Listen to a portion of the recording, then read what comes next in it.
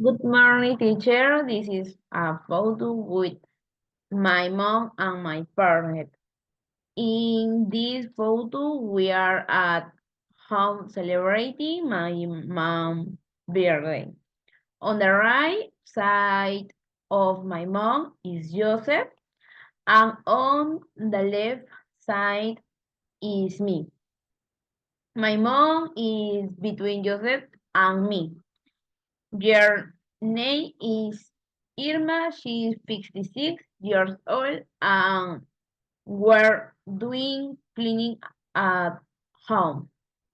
She is very friendly, short, and fun.